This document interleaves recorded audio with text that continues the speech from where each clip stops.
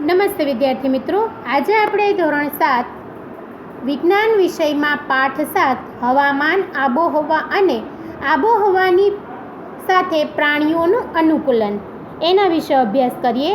આ અગાઉ આપણે શીખી ગયા કે ધ્રુવ પ્રદેશમાં રહેનારા પ્રાણીઓ કે જેમાં ધ્રુવીય રીંછ અને પેંગ્વિન આ બે પ્રાણીઓ આવે છે.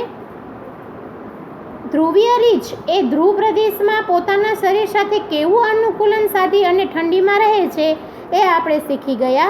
હવે આપણે પેંગ્વિન વિશે શીખવાનું છે. ધ્રુવ પ્રદેશમાં રહેલું સારી રીતે જાણીતું બીજું પ્રાણી છે પેંગ્વિન. આકૃતિ 7.4માં તમને એ દેખાય છે. તે પણ સફેદ રંગનું અને સફેદ પૃષ્ઠભૂમિમાં ભળી જાય તેવું છે.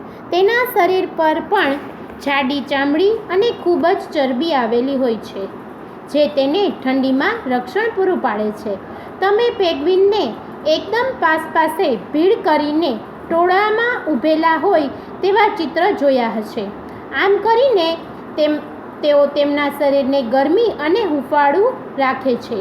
યાદ કરો કે જ્યારે માણસો વચ્ચે ગીચોગીચ ભરાયેલા હોલમાં હોવ ત્યારે કેવી રીતે ગરમી અનુભવો છો. ધ્રુવીય રીંછની જેમ પેંગ્વિન પણ સારી રીતે પાણીમાં તરી શકે છે. તેનું શરીર ધારારેખીય અને ત્વચાના પડદાથી જોડાયેલા પગ ધરાવે છે, જે તેને સારા તરવૈયા બનાવે છે.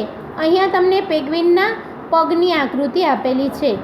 ધ્રુવ પ્રદેશમાં રહેતા બીજા પ્રાણીઓ માછલીઓ,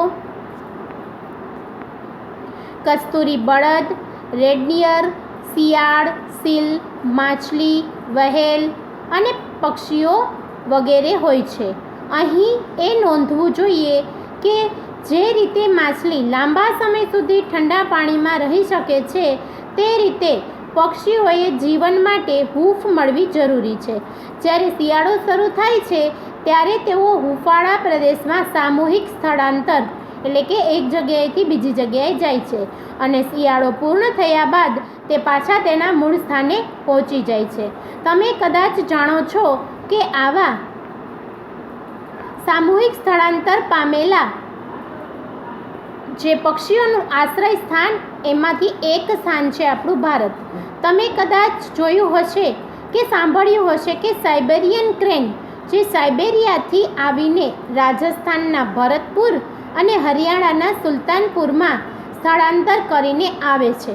વળી કેટલાક ઉત્તર પૂર્વના કિનારાવાળા પ્રદેશમાં તેમજ ભારતના બીજા ભાગોમાં પણ આવે છે. અહીં તમને જુદા જુદા પક્ષીઓ જે સામૂહિક સ્થળાંતર કરે છે તેનું સરસ મજાનું ચિત્ર આપેલું છે. એક જાણવા જેવી બાબતો છે કે કેટલાક સામૂહિક સ્થળાંતર કરનારા પક્ષીઓ પોતાના ઘરના સ્થાનથી ચરમ આબોહવાકીય પરિસ્થિતિમાંથી બચવા માટે 15,000 કિલોમીટર જેટલું પ્રવાસ કરતું હોય છે. સામાન્ય રીતે તેઓ હવાના પ્રવાહની મદદ મળે તે માટે ખૂબ જ ઊંચે ઉડતા હોય છે.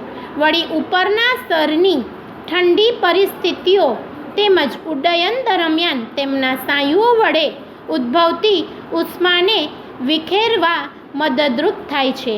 પરંતુ આ પક્ષીઓ દર વર્ષે એક જ સ્થાને કેવી રીતે મુસાફરી કરીને આવી શકે છે તે રહસ્યમય કોયડો છે. કેવું લાગે છે કે એમના શરીરના દિશા શોધવા માટેના કોઈ રચના આવેલી હોય છે અને કઈ દિશામાં મુસાફરી કરવી તે જણાવતી હોય છે. કેટલાક પક્ષીઓ કદાચ તેમને દિશા સૂચન માટે સીમાચિહ્નનો ઉપયોગ કરતા હોવા જોઈએ. ઘણા પક્ષીઓ દિવસે સૂર્યપ્રકાશ અને રાત્રિમાં તારાઓના મદદથી દિશા સૂચન મેળવતા હોઈ શકે છે.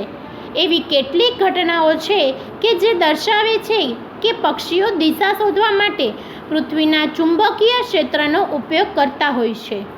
માત્ર પક્ષીઓ જ નહીં, સસ્તન પ્રાણીઓ, ઘણા પ્રકારની માછલીઓ, કીટકો પણ ઋતુ અનુસાર વધુ સારી અનુકૂલન આબોહવા માટે સામૂહિક સ્થળાંતર કરતા હોય છે. નમસ્તે.